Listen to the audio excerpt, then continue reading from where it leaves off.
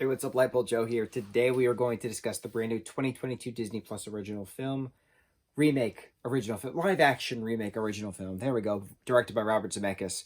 Pinocchio. So this has Tom Hanks as Geppetto. Joseph Gordon-Levitt is the voice of Jiminy Cricket. Luke Evans is the coachman for Pleasure Island. You got a bunch of other people who are in this. I forget her name.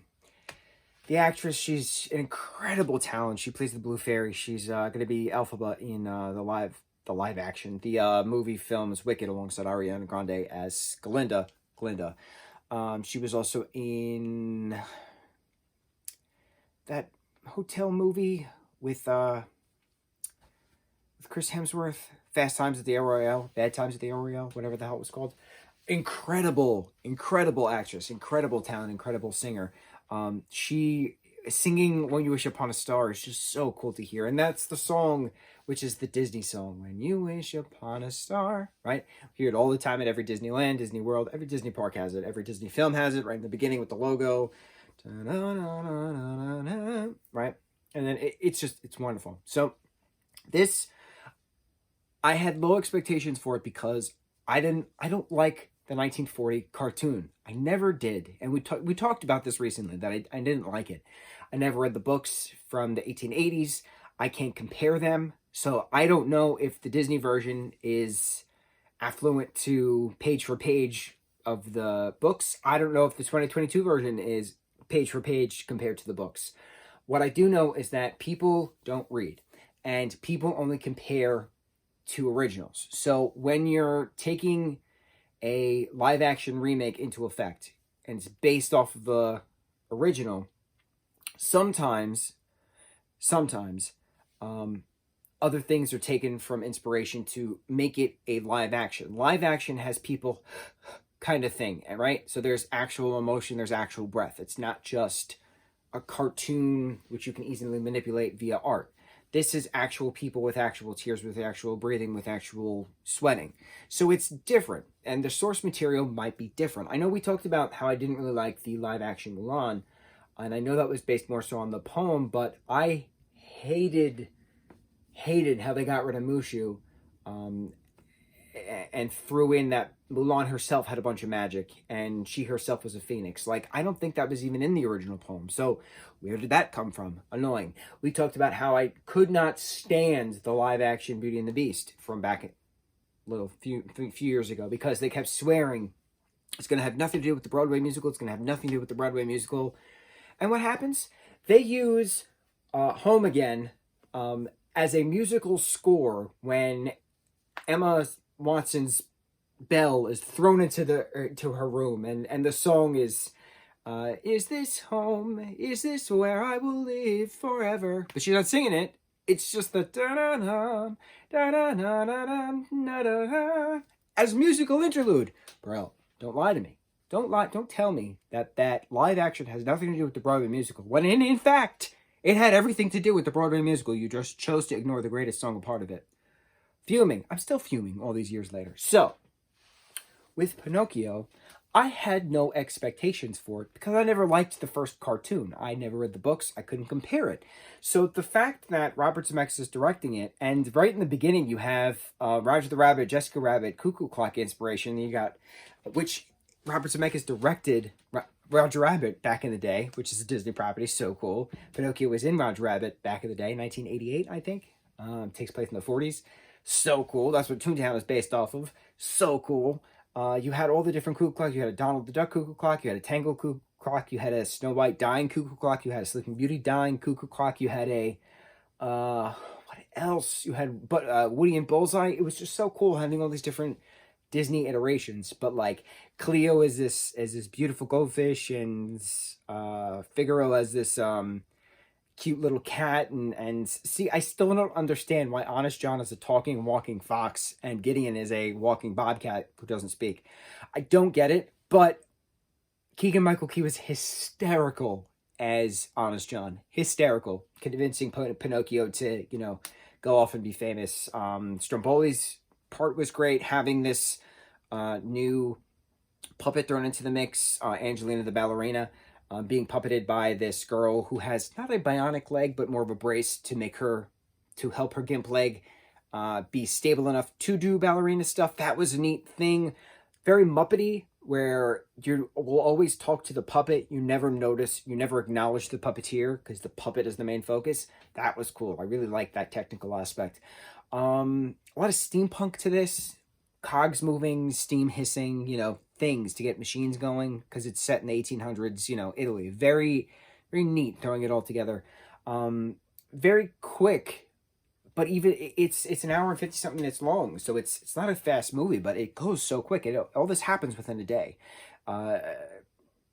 Pinocchio getting kicked out of school, Pinocchio joining Stromboli's circus kind of puppet show, getting hoodwinked by Luke Evans as the coachman, and Lampy and all the other miscreant youth to go to Pleasure Island, and they changed Pleasure Island, and I'm so happy they changed Pleasure Island because you can't have the giant Native Americans passing out cigars like they do in the cartoon, and that is not a thing you can do. Shouldn't have done it back then. You definitely can't do it now. So it's just all circus themed and smashing the clocks and drinking the root beer and not actual beer. So many people hate this movie because of all the changes, and I'm like, bro, you can't do those things anymore. There's rules. You can't do those you can't have a kid's film with a toy puppet drinking beer. This isn't the 40s anymore. You don't, smoke cigarettes and drink while you're pregnant anymore. It's not a thing. It's fascinating reading these reviews because people just disassociate time. They're just all nostalgia this and all nostalgia that. I'm like, bro, do you know the source material? That's not a thing that in regards to the 1940 animated. But again, I didn't read the book. I can't compare it. The fact that this takes place in a day makes this an incredible film. One of my favorite storylines, one of my favorite themes is what can happen in a day. I love it when it's a book, when it's a show, when it's a movie, what can happen in a day. I praise the hell out of that all the time, and I will forever praise 2022's Pinocchio because it was so smart to have this all happen within a day instead of a couple day time period. Monstro being an actual monster, not just a whale. So cool. So cool, that scene. Having the talking seagull, Sophia, thrown in the mix. I didn't mind. I liked her. She brought the story along. Jiminy Cricket bringing the story along. I wanted to see the Blue Fairy again. We didn't get to see her, but it's okay. I think I'll survive. Will he or will he not turn into a real boy? Not actually turning into a real boy, but does he turn into a real boy at the very last scene? Very interesting. Of a will they, won't they? What else?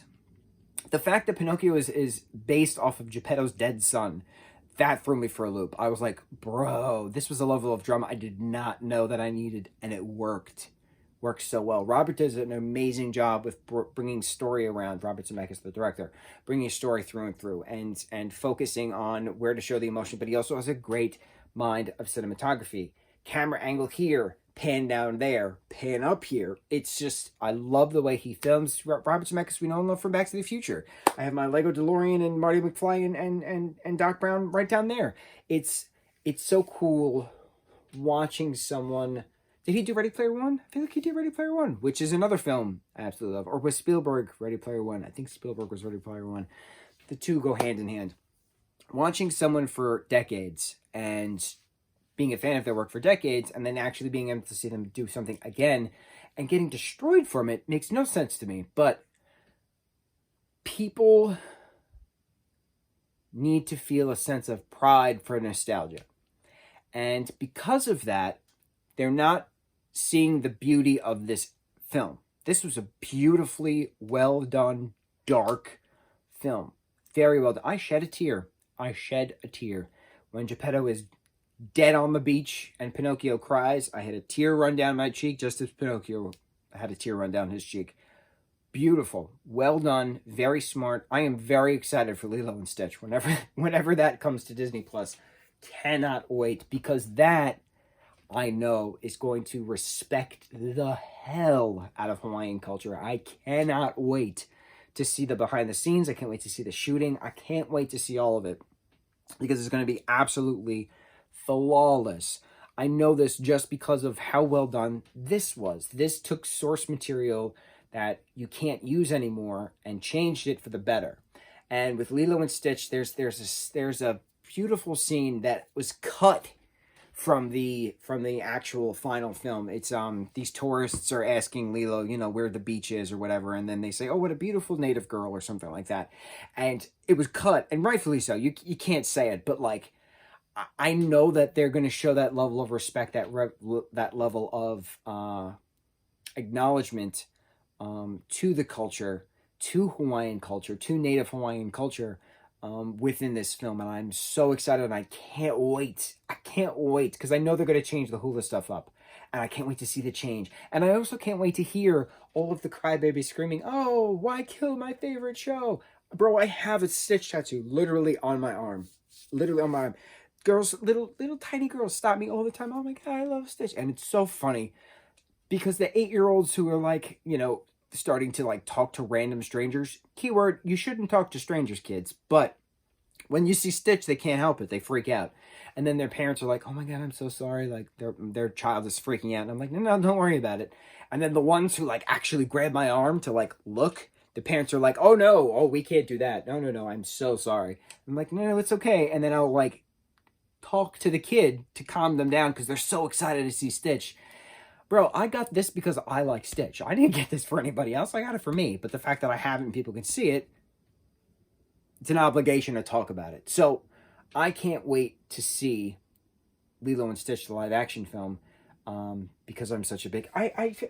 This Stitch has been with us for every single freaking review. Every single review. This beautiful vampire donning cloak of a Stitch, giant Stitch from Disney World.